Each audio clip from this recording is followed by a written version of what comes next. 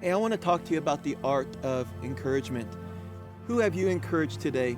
I believe our world really needs encouragement right now. And I think your encouragement can make a huge difference in somebody else's life. So I hope that through this message that we can get better at encouraging people and better about encouraging people. Because it doesn't really take up too much of our time. It maybe just takes a few seconds. It doesn't cost us any money. It just requires a little bit of thoughtfulness, but it can have lasting impact in the life of another person. Hopefully, even as I'm speaking, somebody will come to mind and you'll think, okay, I could reach out to so-and-so and encourage that person. And you know what? That person may need the very words that you're about to share with them. So they popped into your mind for a reason. So if you ever have a thought like, man, you know what? This would encourage somebody else. I would say release that thought. Maybe you're thinking, oh, I don't want to give them a big head. But there's enough things that happen in life that discourages us. There are enough reasons for all of us to be insecure. So if you can release a word of encouragement to somebody else, I believe that it will be a blessing to them. I wonder why we don't take more time to encourage others. I mean, if it's so easy to do, and if the scriptures tell us that we are called to encourage others daily, I wonder why we don't do it more. Here are a few reasons why. Maybe we're so preoccupied with ourselves. Just so busy thinking about ourselves. Let's just say we enter into a social setting and we're wondering, I wonder what everybody is thinking about me. And that's all self-seeking thinking that prevents us from being able to be more encouraging. But Paul says in 1 Corinthians 13 verse 5 that love is not self-seeking. So as we continue to grow in love, I think we'll be less self-conscious, and when we enter into a social situation, we aren't just wondering, well, I wonder what everybody thinks about me, and that doesn't take up all of our bandwidth, but in fact, we enter into a social setting and we're saying, who can I encourage today? Who needs some encouragement? Who can I reach out to? And I hope that we can do more of that. I mean, that is a healthy use of brain. Maybe there's somebody that is about to give up on what God has put them on this earth to do and called them into. And yet it can be your encouragement that can help them to keep going.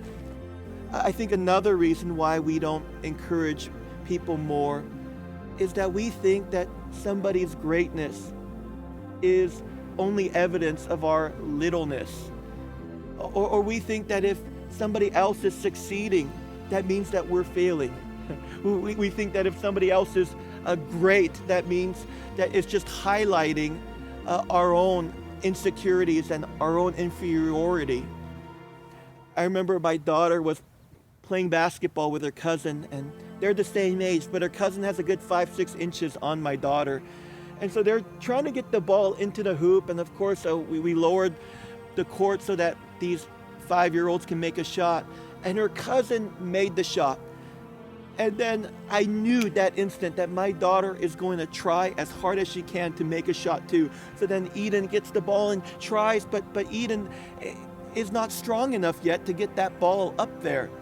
And so Eden tries and tries, and then she just cries and cries and cries. And she runs away to get alone just to be depressed.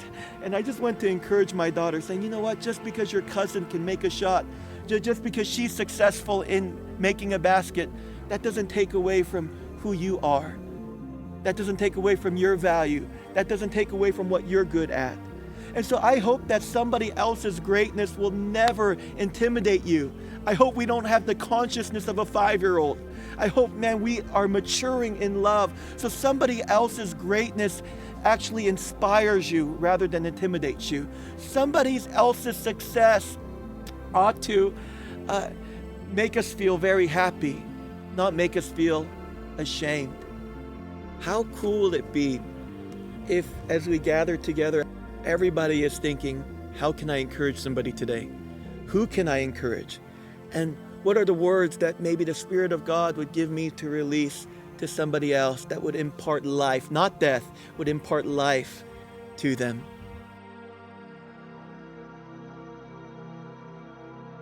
In this world that we live in, there are so many people that want something from you. Yeah, and they use their words to try to manipulate us to get for themselves what they want. And so, you're talking to people and you're thinking, okay, what do they want? Maybe they're trying to make a sale. And aren't you kind of tired of that? Aren't you tired of people that you can tell that they just want something from you? They want to take something from you. But an encouraging person, again, somebody whose heart is filled with the love of God, and because their hearts are filled with the love of God, encouragement is overflowing. An encouraging person is not trying to take something from you. An encouraging person is trying to give something to you. So if you are an encouraging person, you're not trying to take anything from anybody. You're just stepping into a room and you're wondering who you can give blessing to. It takes courage to be encouraging. I know there's always a risk when you put yourself out there to encourage somebody else.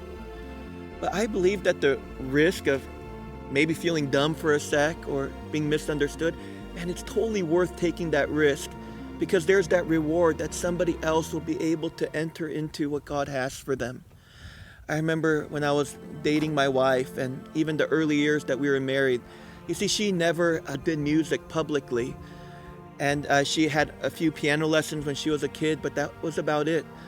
And yet, I kept seeing these pictures in my mind, and I believe that the Holy Spirit gives us these pictures of what somebody else can be and what maybe God is calling them into. I kept having pictures in my mind of her playing music publicly. And so I was sharing that with her, and at first she was a little bit uncomfortable, and then she got more excited over the possibility. And then she was finally able to see what I was saying, and then she was able to be what I was sharing. I remember when I was in college, I was studying to be a history teacher. Even though when I was a young teenager, I had big dreams for ministry, and I believed that, God was going to use me to have a huge impact in the world. And yet by the time I was in college, man, discouragement had taken the wind out of me. I no longer believed that I was qualified to be in ministry. And yet there were a few people that came into my life that released words of encouragement, and they saw something in me that I no longer saw in myself, and they encouraged me to step into what God was calling me into. And I'm so glad that they did, and I'm indebted to them.